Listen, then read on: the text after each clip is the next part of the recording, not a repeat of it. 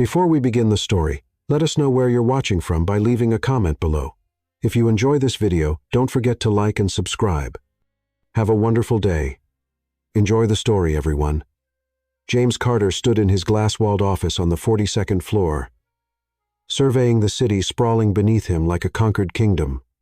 The afternoon sun gleamed off his gold watch, a $20,000 Patek Philippe that he wore specifically for moments like these. When he needed to remind himself of his worth, his latest real estate deal had just closed, a $50 million development that would transform the downtown skyline. The contracts lay scattered across his mahogany desk, each signature representing another victory in his relentless climb to the top. But today's triumph felt hollow. 3 years had passed since his divorce from Laura, and instead of the satisfaction he'd expected, he felt only a gnawing resentment that had grown stronger with each passing month. She was supposed to have come crawling back by now, desperate and broken, begging for his forgiveness and support. Instead, the silence from her side of the city had been deafening. "Sir," his assistant Emily peered through the doorway. "The charity gala preparations are almost complete.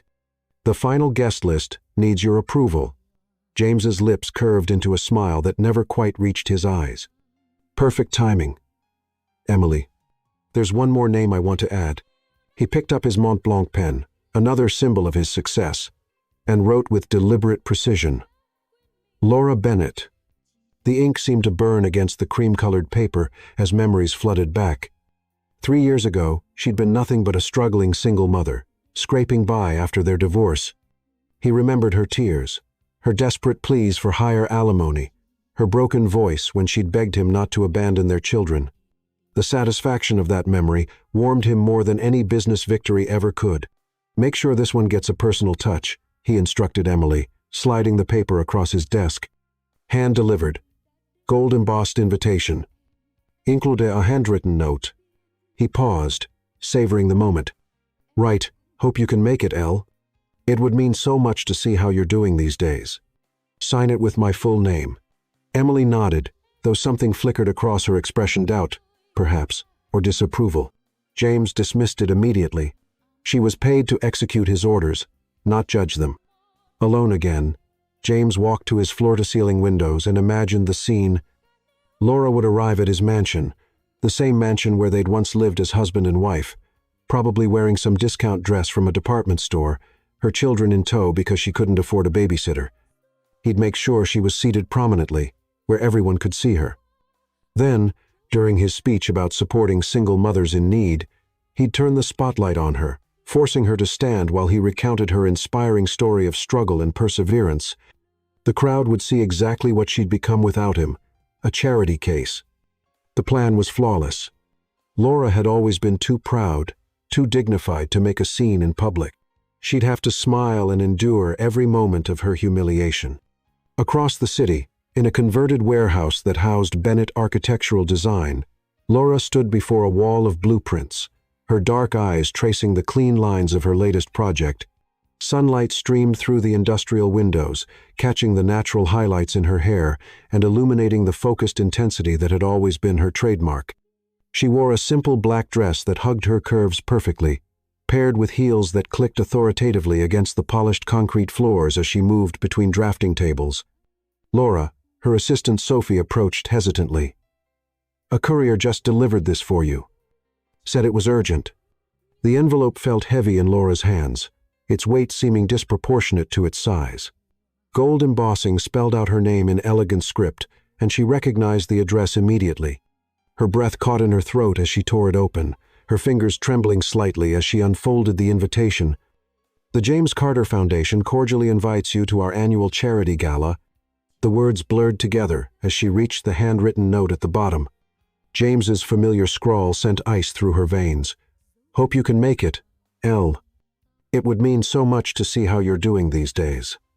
The invitation slipped from her fingers, fluttering to the floor like a wounded bird. The sight of James's familiar handwriting transported her instantly. She was 29 again, standing in that same mansion while James packed his bags, his voice cold and clinical as he explained why their marriage was over. "You'll never amount to anything without me, Laura. You're just a nobody who got lucky when I married you. Don't forget that when you're struggling to feed our kids." The memory hit her with unexpected force, and she gripped the edge of her drafting table to steady herself. Her chest tightened as familiar doubts crept in. James's voice whispering that maybe her success was just an illusion, that she was still that broken woman he'd left behind. "Laura, are you all right?" Sophie's concerned voice seemed to come from very far away. Before she could answer, the front door chimed, and footsteps echoed across the warehouse floor. Laura didn't need to look up to know who it was. She'd memorized the sound of Michael's walk months ago. The confident but unhurried pace that somehow managed to convey strength and gentleness in equal measure. "I brought lunch from that Thai place you love." Michael's warm voice filled the space, carrying with it the security that had become her anchor over the past 2 years. "And coffee that's actually worth drinking, not whatever industrial sludge you've been." He stopped mid-sentence, and Laura knew he'd seen her face. In 3 quick strides, he was beside her, his hands gentle on her shoulders as he turned her to face him. His dark eyes that had seen her at her weakest moments and somehow found her beautiful, anyway searched her face with the kind of attention that still made her heart skip. What happened? The question was soft but carried an undertone that suggested he was prepared to level buildings if necessary to protect her. Laura gestured helplessly toward the invitation on the floor.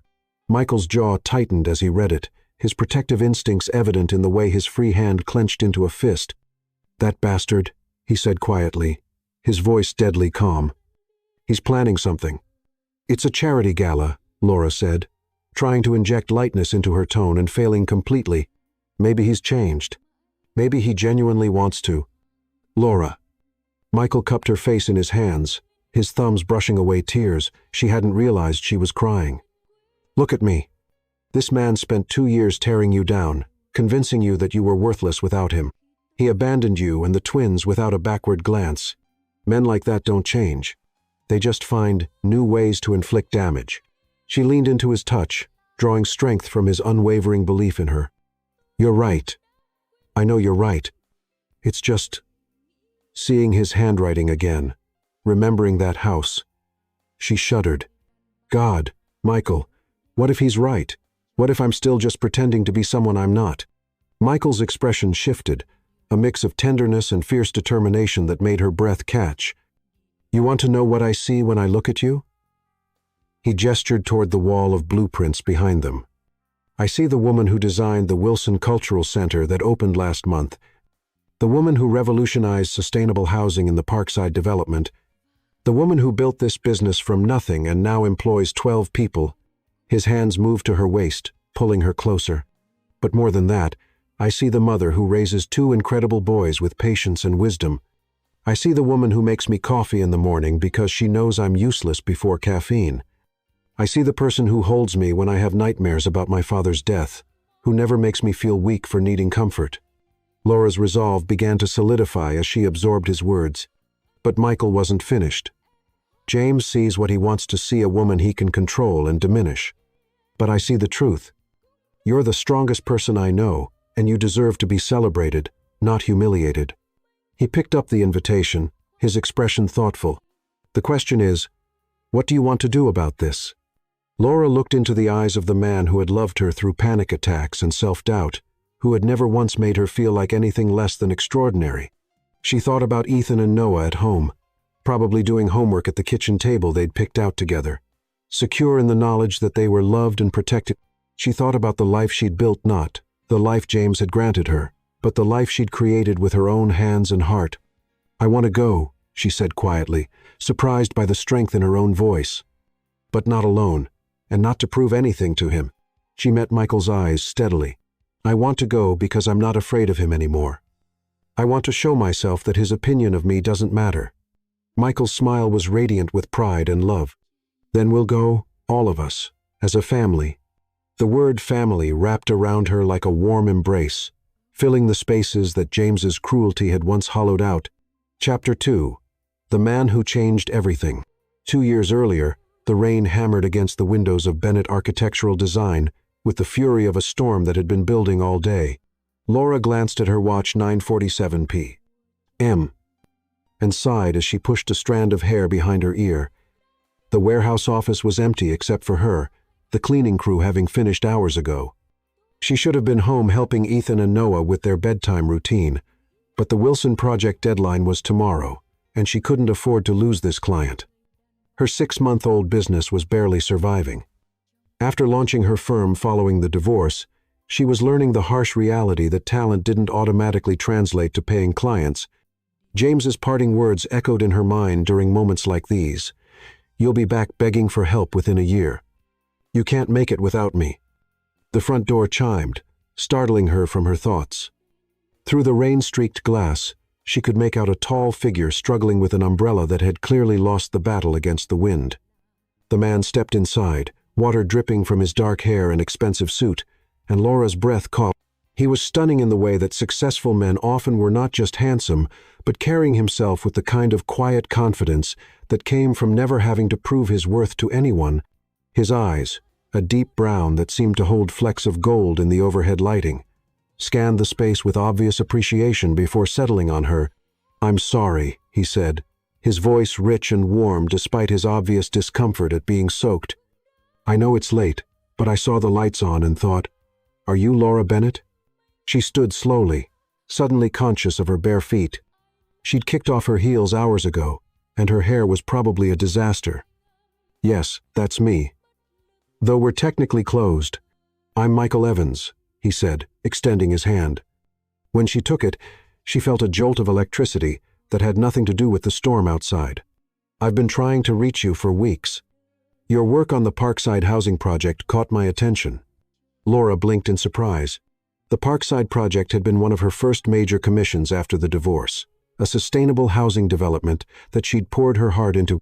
It had won several architectural awards, but she'd assumed the recognition was mainly local. "You know about Parkside?" she asked, genuinely curious now. Michael's smile transformed his entire face, making him seem less intimidating and infinitely more approachable. "I know about a lot of your work, actually. The community center on 3rd Avenue, the library renovation downtown. You have a gift for making sustainable design feel warm and inviting, instead of cold and clinical." Heat crept up Laura's neck.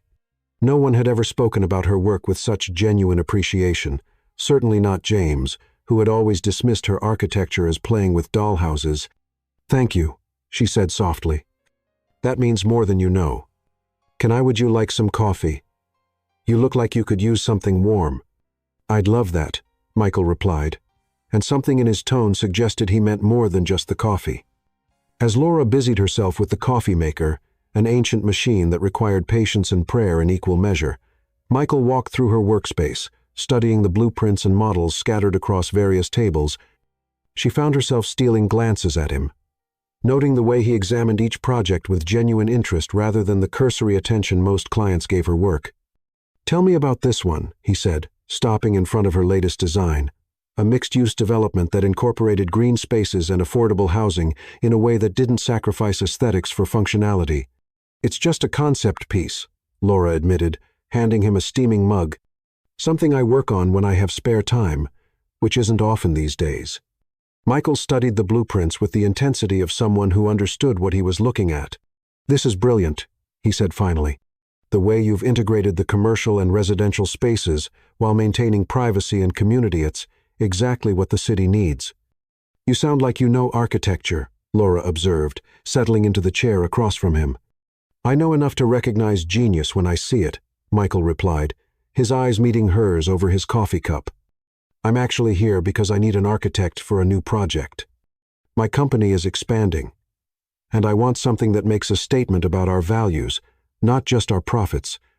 Laura felt her heart skip. A major commission could change everything for her struggling firm. "What kind of company? Tech? Development?" "We focus on sustainable innovation, clean energy solutions mostly." Michael leaned back in his chair, his posture relaxed despite the formal setting. "I could have gone with any of the big firms in the city, but I wanted someone who understands that buildings should serve communities, not just investors." They talked for 3 hours. The storm continued to rage outside. But inside the warmth of the office, Laura found herself opening up in ways she hadn't since the divorce. Michael listened with the kind of attention that made her feel like the most fascinating person in the world. He asked thoughtful questions about her design philosophy, her inspiration for the Parkside project, her vision for sustainable urban development. When she mentioned the twins almost accidentally while explaining why she chose family-friendly elements in her designs, Michael's entire demeanor shifted. His smile became softer, more personal. "How old are they?" he asked. "6," Laura replied, then found herself adding, "They're everything to me. Sometimes I wonder if I'm crazy trying to build a business while raising them alone." "But you're not alone," Michael said quietly. "You have them, and they have you. That's not small. That's everything."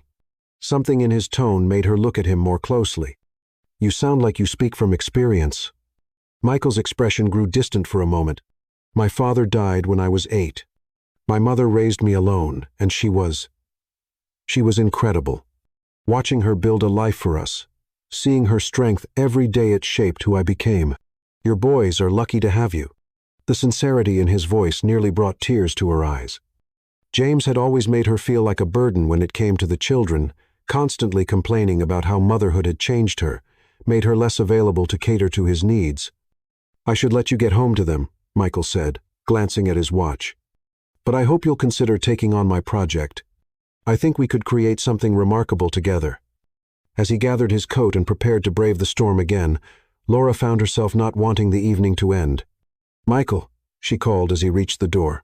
"Why me? Really, you could have anyone." He turned back, and the look he gave her was so intense it made her pulse quicken. "Because your buildings tell stories about the people who live in them.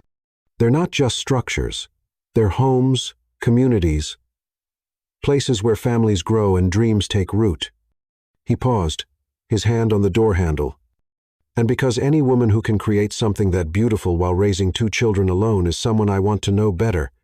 The door closed behind him, leaving Laura alone with the scent of his cologne and the echoes of words that felt like a promise. 3 months later, after countless meetings that felt more like dates, after late-night calls about blueprint revisions that somehow turned into conversations about everything and nothing, after Michael had quietly helped her land 2 more major clients without ever making her feel indebted, they had their first kiss. It happened during a picnic with the twins in Parkside Park. Ethan had been struggling with a broken toy airplane, growing increasingly frustrated as the pieces refused to fit together. James would have told him to stop crying and figure it out himself. But Michael knelt beside the little boy with infinite patience, his large hands gentle as he helped sort through the pieces.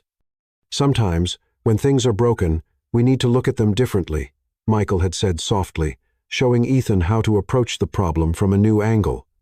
"See, it just needed someone to believe it could fly again."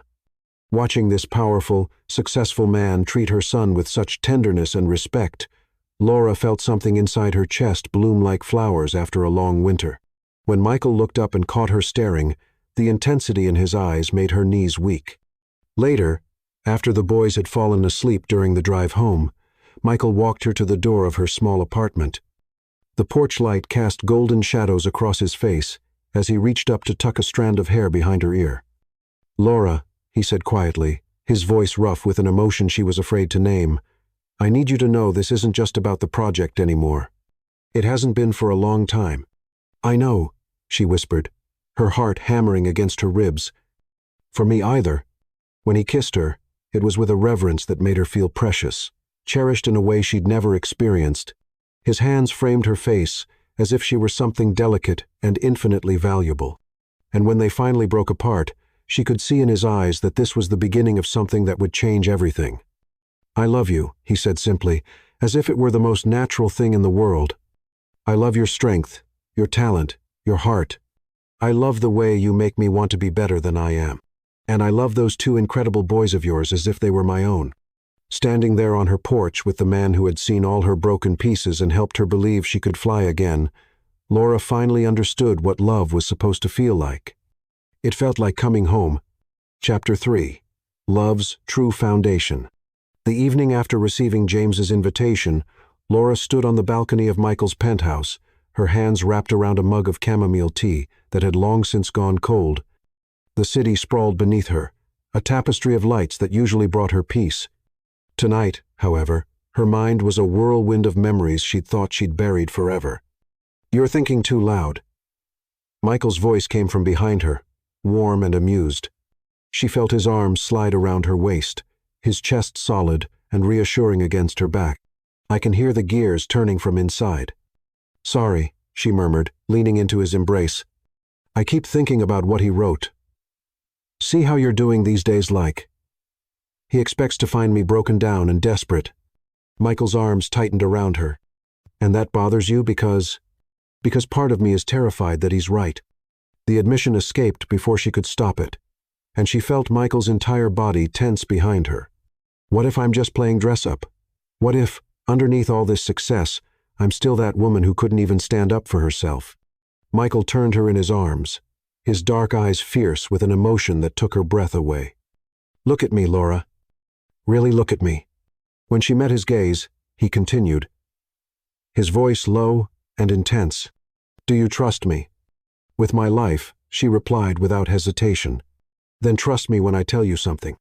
He cupped her face in his hands, his thumbs brushing across her cheekbones. James didn't just hurt you. He tried to rewrite your story.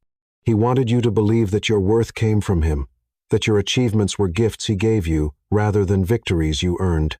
Tears pricked at her eyes as his words hit their mark.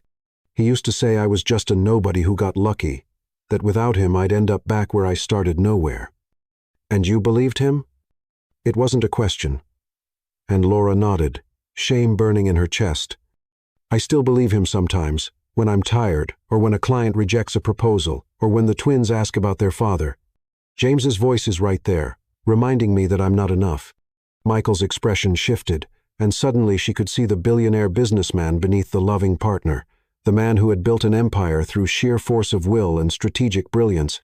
Come with me, he said, taking her hand. There's something I need to show you. He led her inside to his home office, a space she'd always loved for its floor-to-ceiling windows and the way the city lights painted patterns on the hardwood floors. But tonight, Michael moved to his desk and pulled out a thick portfolio she'd never seen before. What's this? She asked as he opened it. Your real story, he replied, and her breath caught as she saw the first page. It was a photograph of the Wilson Cultural Center, the building she designed 2 years ago. But this wasn't the standard publicity shot she'd seen in architectural magazines. This was taken at golden hour, with families streaming in and out of the entrance, children laughing on the steps, elderly couples holding hands as they climbed toward the doors. The building looked alive, exactly as she'd envisioned it when she'd first sketched the plans. Keep looking, Michael urged softly. The next page showed the Parkside housing development from an aerial view. She could see the green spaces she'd integrated, the way the buildings formed a natural community around shared courtyards, where children played and neighbors gathered. Gardens bloomed on rooftops, and solar panels gleamed in the sunlight. Page after page revealed her work, not just the buildings themselves, but the life they'd created. The library renovation, where teenagers studied after school and elderly men played chess by the windows. The community center, where mothers brought their children for swimming lessons and art classes. The affordable housing complex, where single parents like she'd once been could raise their families with dignity and hope. Michael, she whispered, her voice thick with emotion, how did you get all these? I've been documenting your impact for 2 years, he said, his own voice rough. Every building you've designed has changed lives, Laura. Families have homes because of you. Children have safe places to learn and play because of you. Communities have gathered and grown because of your vision. She turned the page and gasped. It was a letter from Sarah Thompson, a single mother who lived in the Parkside development. The handwriting was careful, deliberate. Dear Miss Bennett, you probably don't remember me, but you visited our site during construction and helped my daughter pick out the color for our front door. She's 8 now, and every day when she comes home from school, she tells me our house is the prettiest on the block. Thank you for making us feel like we deserve beautiful things. There are 47 more letters like that, Michael said quietly, from families, community leaders, teachers, social workers, all talking about how your buildings changed their lives for the better.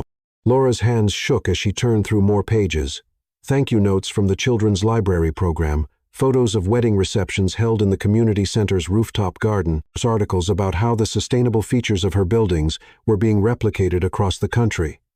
This is who you really are, Michael said, moving to stand behind her, his hands resting on her shoulders. Not James's version the truth. You're a woman who sees the potential in empty lots and broken communities and turns them into places where love grows. You're an architect of hope, Laura. The tears came then, years of self-doubt and internalized criticism washing away as she absorbed the evidence of her own impact. I can't believe you collected all of this. I collect things that are precious to me, Michael replied, turning her chair so she faced him. He knelt beside her, taking her hands in his. Your talent, your heart, your strength, they're all precious to me, but more than that, they're precious to the world. Looking into his eyes, Laura felt the last of James's poisonous words lose their hold on her heart. This man, this incredible, powerful, brilliant man saw her, not as a charity case or a broken thing to be fixed, but as a force of nature to be celebrated. I love you, she said, the words carrying more weight than they ever had before. Not just for this, but for seeing me when I couldn't see myself. Michael's smile was radiant as he stood and pulled her to her feet. I love you too. All of you, your ambition, your vulnerability, your fierce protection of the people you love. I love the way you hum while you work and how you cry during sappy commercials. I love watching you teach the twins to be strong and kind. When he kissed her, it was with a passion that spoke of 2 years of building trust, of nights spent talking until dawn, of quiet moments stolen between meetings and bedtime stories. Laura melted into him, her hands fisting in his shirt as she poured all her gratitude and love and desire into the kiss. Take me to bed, she whispered against his lips, and she felt his sharp intake of breath. Are you sure? He asked, his voice strained with the effort of giving her space to choose. I've never been more sure of anything in my life. Their lovemaking that night was different from all the times before. There was a claiming in it, a celebration of the woman she'd finally allowed herself to be. Michael worshipped her body with the same reverence he showed her work, mapping every curve and valley with his hands and mouth until she was trembling with need. When he moved over her, his eyes locked on hers, she felt the final walls around her heart crumble. I see you, he whispered as he joined with her, and she knew he meant more than just the physical. I see all of you, and you're magnificent. Later, as they lay tangled in silk sheets with the city lights painting silver patterns across their skin, Michael traced lazy circles on her bare shoulder. Marry me, he said suddenly, and Laura's heart stopped. She turned to look at him, searching his face for any sign that he was caught up in the emotion of the moment. But his expression was steady, determined, full of a love that took her breath away. Michael, I know it's sudden, he said, sitting up and reaching for something in his nightstand drawer. Well, actually, it's not sudden at all. I've been carrying this around for 3 months, waiting for the right moment. The ring box was small and elegant, and when he opened it, Laura gasped. The diamond was beautiful, not ostentatiously large, but perfectly cut and set in a band that was clearly designed specifically for her. It was elegant and strong and timeless, exactly what she would have chosen for herself. I had it made to match the necklace your grandmother left you, Michael explained, his voice soft. The one you wear when you're nervous about big presentations. I wanted something that would remind you of where you came from and how far you've traveled. It's perfect, she breathed, then looked up at him with tears in her eyes. But the boys are the reason I want to do this, right? Michael finished. I want to ask them for permission first. I want them to know that marrying you means choosing to be their father in every way that matters. I want us to be a real family legally, officially, and forever. The next morning, over pancakes that Michael had burned only slightly, he knelt beside the twins' chairs with a solemnity that made even 6-year-old Noah stop fidgeting. Ethan, Noah, he began, his voice steady despite the magnitude of the moment, I have something very important to ask you both. The boys exchanged glances, then turned their full attention to the man who had been reading them bedtime stories and helping with homework for the past 2 years. I love your mama very much, Michael continued, and I love both of you very much. I'd like to ask her to marry me, but first I need to know. Would it be okay with you if I became your daddy officially, if we all became a real family? Ethan, ever the thoughtful older twin, considered this seriously. Would you still help me with my science projects? Every single one, Michael promised. And you'd still make us those chocolate chip pancakes on Sunday mornings? Noah added, his eyes bright with hope. As many Sundays as you want.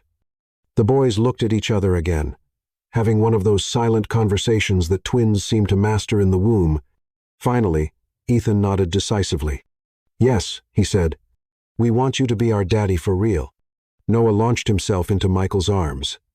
Can we call you Daddy at school too, instead of Mr. Michael? I would be honored, Michael replied, his voice thick with emotion as he hugged both boys. When he turned to Laura with the ring, she was already crying happy tears. Laura Bennett, he said formally, though his smile was pure joy. Will you marry me and make us a family? Yes, she said through her tears. Yes, to all of it. As the ring slid onto her finger, a perfect fit, because Michael paid attention to every detail, Laura felt the last piece of her broken heart heal completely. That evening, as they planned their strategy for James's gala, she wasn't thinking about revenge or proving anything to her ex-husband. She was thinking about walking into that room with her head high, her hand in Michael's, and her children by her side, not because she had something to prove, but because she finally knew her own worth. Chapter 4. Preparation and Revelation. The boutique on Fifth Avenue was the kind of place Laura had always admired from the outside, but never imagined entering. Crystal chandeliers cast warm light over racks of designer gowns, and the sales associates moved with the quiet efficiency of people accustomed to serving clients who considered money no object. As Michael guided her through the door with a protective hand on her back, Laura felt simultaneously grateful for his gesture and uncomfortable with the extravagance. Michael, this is too much, she murmured, taking in the price tags that made her architect's salary seem quaint. I have dresses that would be perfectly appropriate. You have beautiful dresses, he agreed, his voice warm with affection. But tonight isn't about appropriate. Tonight is about you walking into that room and owning it completely. He caught her hand, bringing it to his lips to press a soft kiss to her new engagement ring. Besides, I have a confession to make, and I suspect you're going to need some retail therapy afterward. Before Laura could ask what he meant, an elegant woman with silver hair and knowing eyes approached them. Mr. Evans, she said with genuine warmth, everything is ready, just as you requested. Thank you, Clara. Laura, this is Clara Rossi. She's going to help you find something perfect for tonight. Clara's smile was radiant as she turned to Laura. Miss Bennett, it's such an honor to meet you. I've been following your work for years. My daughter lives in the Parkside development, and she absolutely loves it. You know my work? Laura asked, surprised. Of course. The Wilson Cultural Center is my grandson's favorite place in the city. He takes art classes there every Saturday. Clara gestured toward a private sitting area where champagne waited on ice and several gowns hung on an elegant rack. Mr. Evans called ahead with very specific instructions about what would complement your coloring and style. As Clara began showing her options, each dress more stunning than the last, Laura found herself relaxing into the experience. The champagne helped. But more than that, she was touched by the obvious care Michael had put into this. Every gown was in her preferred style, elegant but not ostentatious, sophisticated but still allowing her personality to shine through. This one, Clara said, lifting a midnight blue gown that seemed to shimmer with its own light. Mr. Evans was very specific about this particular shade. He said, it matches her eyes when she's passionate about a project. Laura's breath caught. The dress was perfection, a classic silhouette with modern details, sophisticated enough for any high society event, but with an edge that was purely her own. As Clara helped her into it, she caught sight of herself in the three-way mirror and felt a jolt of recognition. This wasn't Laura playing dress-up. This was Laura as she was meant to be seen. You look stunning, Michael said from behind her, and she turned to find him watching her with an expression of pure adoration. But then again, you always do. Michael, she said softly, about this confession. His expression grew serious, and he gestured for Clara to give them privacy.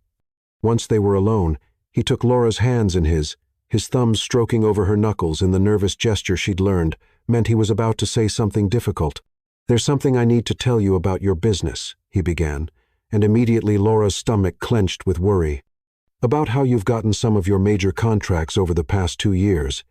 What do you mean? She asked, though part of her was already beginning to suspect. Michael took a deep breath. The Wilson Cultural Center, the downtown library renovation, the sustainable housing project on the west side. They were all commissioned through shell companies that I own. The words hit her like a physical blow. What? I never interfered with your work, he said quickly, his voice urgent. I never influenced your designs or gave you any advantage in the actual bidding process.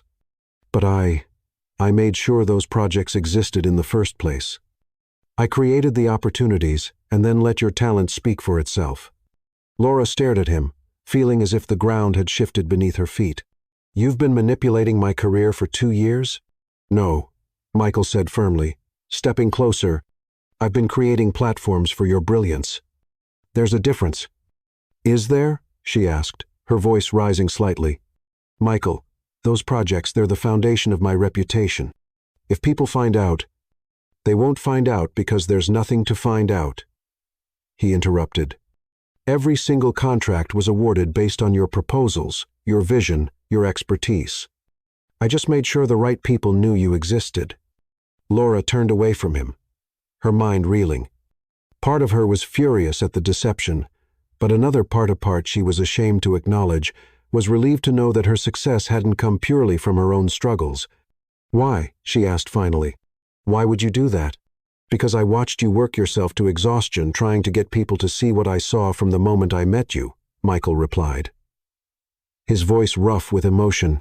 Because I fell in love with your talent before I fell in love with you, and after we started dating, I couldn't stand watching you struggle for opportunities you deserved when I had the resources to help create them. He moved to stand behind her, not touching but close enough that she could feel his warmth. Because I fell in love with your talent before I fell in love with you, and I couldn't stand watching you struggle to get opportunities you deserved. But you lied to me, she said quietly. I did, he admitted, and I've regretted it every day since. But Laura, look at what you've created. Look at the families who have homes because of your vision, the children who have safe places to learn and play, the communities that have been transformed by your work. That's all you, your heart, your skill, your dedication. Laura closed her eyes, trying to process the revelation. The Wilson Center won 3 architectural awards and has been featured in 5 international magazines.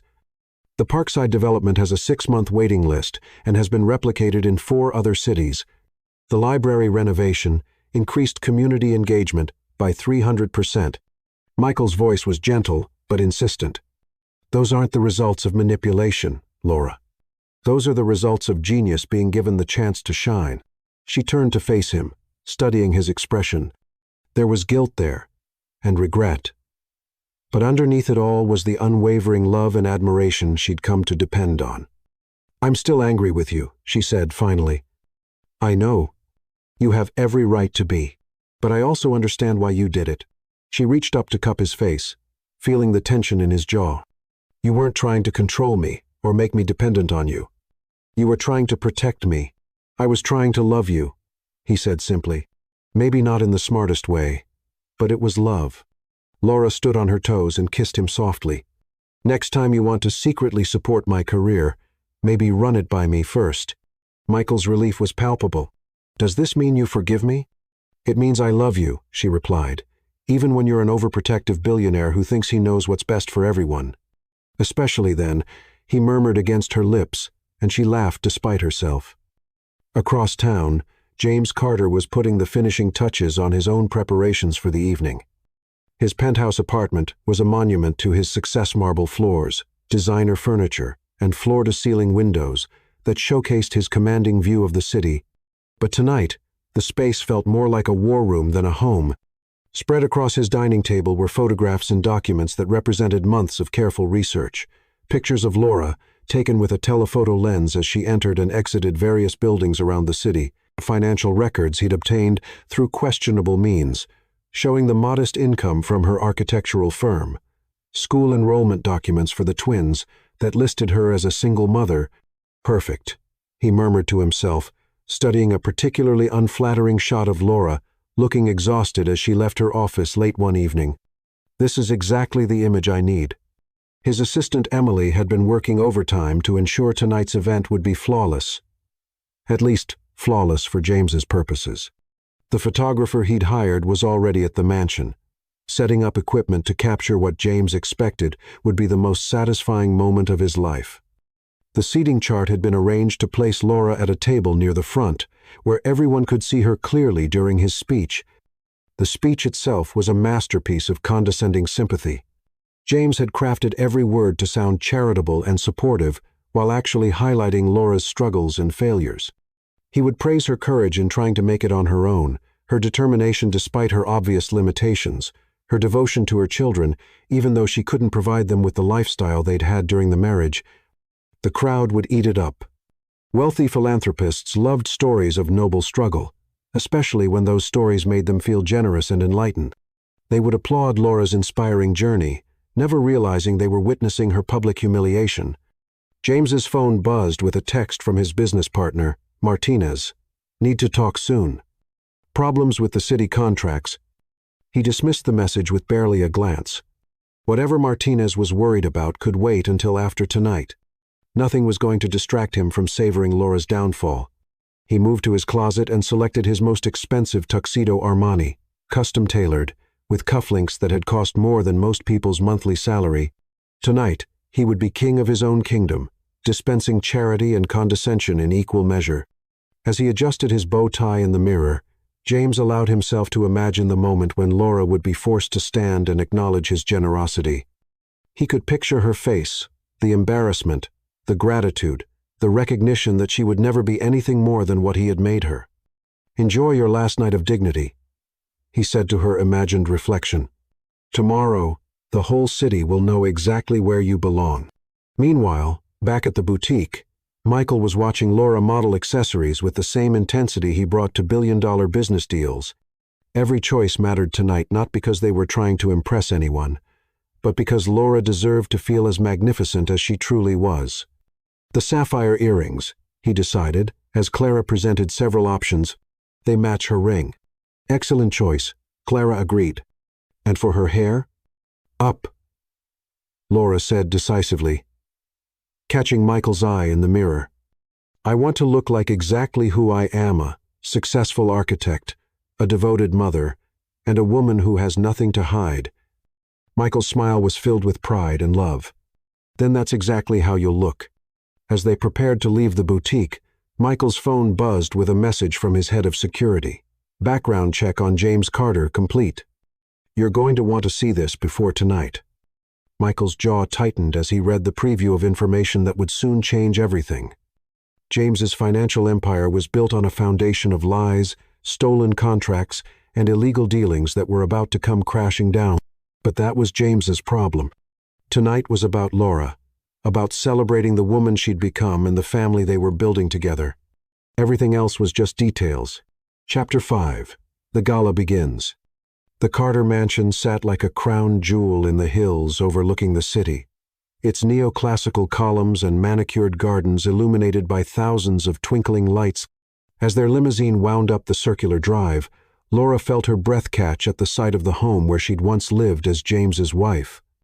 From the outside, it looked exactly the same, imposing, elegant, and somehow cold, despite all its grandeur. But she was different now.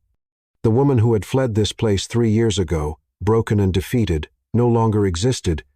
In her place sat a successful architect, a devoted mother, and a woman deeply in love. "You okay, beautiful?" Michael asked softly, his hand finding hers in the dark interior of the car. His thumb traced gentle circles over her knuckles, a gesture that had become their private signal of support and love. "I'm perfect," Laura replied. And she meant it. Gone was the nervous woman who had received James's invitation 4 days ago. In her place sat a confident architect, a devoted mother, and a woman deeply in love. The midnight blue gown flowed around her like liquid starlight, and the sapphire earrings caught the light streaming through the car windows. "Mama, you look like a princess," Noah said from the back seat, his 8-year-old eyes wide with admiration. He and Ethan were dressed in miniature tuxedos that made them look like tiny gentlemen, their hair carefully styled and their bow ties perfectly straight. "And you two look like princes," Laura replied, leaning over to straighten Ethan's bow tie. "Remember what we talked about. Stay close. Use our best manners. And if anyone asks uncomfortable questions, we say, "That's between our parents," Ethan recited dutifully. Despite being only minutes older than his twin, he'd always been the more serious of the two. "And remember," Michael added, his voice warm with affection, "you're my sons tonight. If anyone treats you with anything less than respect, you find me immediately." Both boys beamed at being called Michael's sons. Over the past 2 years, they'd grown to love this man who read them bedtime stories, helped with homework, and never once made them feel like burdens the way their biological father had. The limousine glided to a stop in front of the mansion's grand entrance, where other elegant vehicles were depositing guests in evening wear. A red carpet led from the circular drive to the front doors, flanked by photographers and society reporters documenting the city's elite at play. "Ready?" Michael asked. But he was looking at all three of them, not just Laura, but the twins as well. It was one of the things she loved most about him. His instinctive understanding that they were a package deal, a family unit that stood or fell together. "Ready," Laura confirmed, accepting Michael's hand as he helped her from the car. The transformation was immediate and dramatic. As Laura emerged into the soft evening light, conversations stopped, and heads turned. This wasn't the struggling single mother James remembered. This was a woman who commanded attention simply by existing. Her posture was regal, her smile confident, and the love radiating between her and her family was impossible to miss. Michael stepped beside her, devastatingly handsome in his perfectly tailored tuxedo, and offered his arm with the kind of old-world gallantry that made every woman present sigh with envy. The twins flanked them like little bodyguards, their chins held high and their eyes bright with excitement. "Mr. Evans!" Several voices called out from the crowd of photographers. Michael was well known in business circles but rarely attended social events, making his presence tonight newsworthy in itself. "Who's the lucky lady?" someone shouted, and Michael's smile was radiant with pride. "This is my fiancée, Laura Bennett," he announced clearly, his voice carrying across the crowd.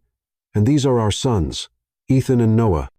The casual way he claimed the twins as his own made Laura's heart swell with love. Several reporters scribbled notes, recognizing Laura's name from architectural awards and magazine features. As they walked up the red carpet, Laura caught sight of James through the mansion's front windows. He was standing in the foyer, clearly positioned to get the first look at arrivals, and his expression of smug anticipation was rapidly shifting to shock, and then something that looked suspiciously like panic. "I think someone just realized his plan might have a few flaws," Michael murmured in her ear, his voice touched with dark amusement. "Let's not gloat," Laura replied, though she couldn't quite suppress her own smile. "Let's just be ourselves and let that speak for itself." The mansion's interior was exactly as Laura remembered: soaring ceilings, crystal chandeliers, and artwork that cost more than most people's houses. But tonight, seeing it through different eyes, she realized how cold and impersonal it all felt. There was no warmth here, no sense of home or family.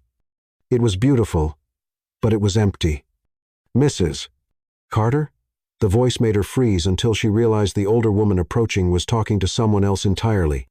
She wasn't Mrs. Carter anymore, hadn't been for 3 years. Tonight, she was Laura Bennett, soon to be Laura Evans.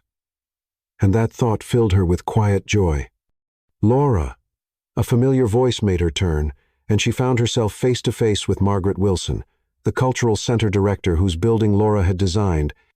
"How wonderful to see you." Laura's smile was genuine and warm as she embraced the older woman. "Margaret, how is the center doing?" "Thriving beyond our wildest dreams," Margaret replied enthusiastically. "The children's programs are booked solid, and we've had to expand the community outreach twice. You created something truly magical." Michael stepped forward, and Laura made introductions. "Margaret Wilson, this is my fiancé, Michael Evans, and our sons, Ethan and Noah." "Mr. Evans," Margaret said with obvious recognition, "I believe I have you to thank for making that project possible in the first place." "All I did was provide funding," Michael replied graciously. Laura's vision brought it to life. As they chatted, more people began to gravitate toward their group, Laura was surprised to discover how many of the guests were familiar with her work. Apparently, her reputation in the city was stronger than she'd realized. Architects, city planners, and community leaders all wanted to discuss her projects, praise her innovative approaches to sustainable design, and congratulate her on her recent engagement. The twins, meanwhile, were being their charming selves. Noah had struck up a conversation with an elderly gentleman about baseball, while Ethan was explaining to a fascinated group of women how solar panels work. Both boys were polite, articulate, and clearly adored by their parents. "They're delightful children," commented Eleanor Wentworth, one of the city's most prominent socialites. "You must be very proud." "Every single day," Laura replied, watching as Michael knelt down to Noah's level to help him tie his shoe. The gesture was so naturally paternal that several women nearby practically melted on the spot. "And Mr. Evans seems to be a wonderful father," Eleanor continued. "It's rare to see a man that's successful take such genuine interest in family life." "He's the best father they could ask for," Laura said, her voice soft with love. "He chose us, and we chose him. That makes all the difference." Across the room, James watched this tableau with growing alarm. This wasn't going according to plan at all. Laura was supposed to arrive looking desperate and out of place, grateful for his charitable acknowledgement. Instead, she was holding court like a queen, surrounded by admirers and clearly comfortable in a world he'd convinced himself she could never navigate without him. And who was this Michael Evans? James recognized the name from business magazines. The man was worth billions, not millions. How had Laura managed to snare someone like that? The sight of Evans treating her children as his own sons made James's stomach churn with an emotion he refused to name. "Sir." Emily appeared at his elbow, looking nervous. "There's been a development. That reporter from the Tribune is here, and she's asking questions about the foundation's finances. Also, Martinez called again. He says it's urgent." James waved her concerns away impatiently. "Handle it. Tonight is about celebrating our charitable work." "But sire," "I said handle it," James snapped, his eyes never leaving Laura's group. "Nothing is going to ruin tonight." Meanwhile, Laura was discovering that revenge could be as simple as happiness. Every moment of joy she shared with Michael and the twins, every conversation about her successful career, every loving glance between her and her fiancé was proof that James's cruelty had failed to destroy her. "Mama?" Ethan appeared at her side, tugging gently on her dress. "That man over there keeps staring at us. Is that our old daddy?" Laura followed his gaze to where James stood across the room, his expression dark and unreadable. "Yes, sweetheart. That's James. He looks angry," Noah observed, having joined his brother. "Did we do something wrong?" "You did nothing wrong," Michael said firmly, his protective instincts immediately engaged. "Some people just don't like seeing others happy." "That's sad," Noah said, with the simple wisdom of childhood. "We could share our happiness with him if he wanted." "You boys have such good hearts," Laura said, kneeling down to hug them both. "But sometimes people have to find their own happiness. We can't give it to them." As if drawn by their conversation, James finally approached their group. His smile was the same charming one Laura remembered from their early dating days, but now she could see the calculation behind it. "Laura," he said warmly, as if they were old friends rather than bitter ex-spouses. "You look well." "Thank you, James," she replied evenly. "You remember Ethan and Noah, of course." James's gaze flicked dismissively over his biological sons, barely acknowledging their existence. "Boys." His attention immediately shifted to Michael, sizing up this unexpected competition. "And you must be Laura's friend." "Michael Evans," Michael replied, extending his hand with the confidence of a man who had nothing to prove. "Laura's fiancé, and these are my sons." The emphasis on my sons was subtle but unmistakable, and James's composure cracked slightly. "Fiancé? How?" "Sudden." 2 years isn't exactly sudden," Laura said calmly. "Michael, this is James Carter, the twins' biological father." The distinction was clear. James might share DNA with the boys, but Michael was their father in every way that mattered. Around them, the other guests continued their conversations, but Laura could sense the undercurrent of attention focused on this reunion. "Well," James said, his smile becoming strained. "I hope you'll all enjoy the evening. I have some remarks planned that I think you'll find illuminating." As he walked away, Michael's arm tightened protectively around Laura's waist. "Whatever he's planning, we can handle it together." "I know," Laura replied, watching her ex-husband disappear into the crowd. "I'm not the same woman he married, Michael. I'm not even the same woman he divorced."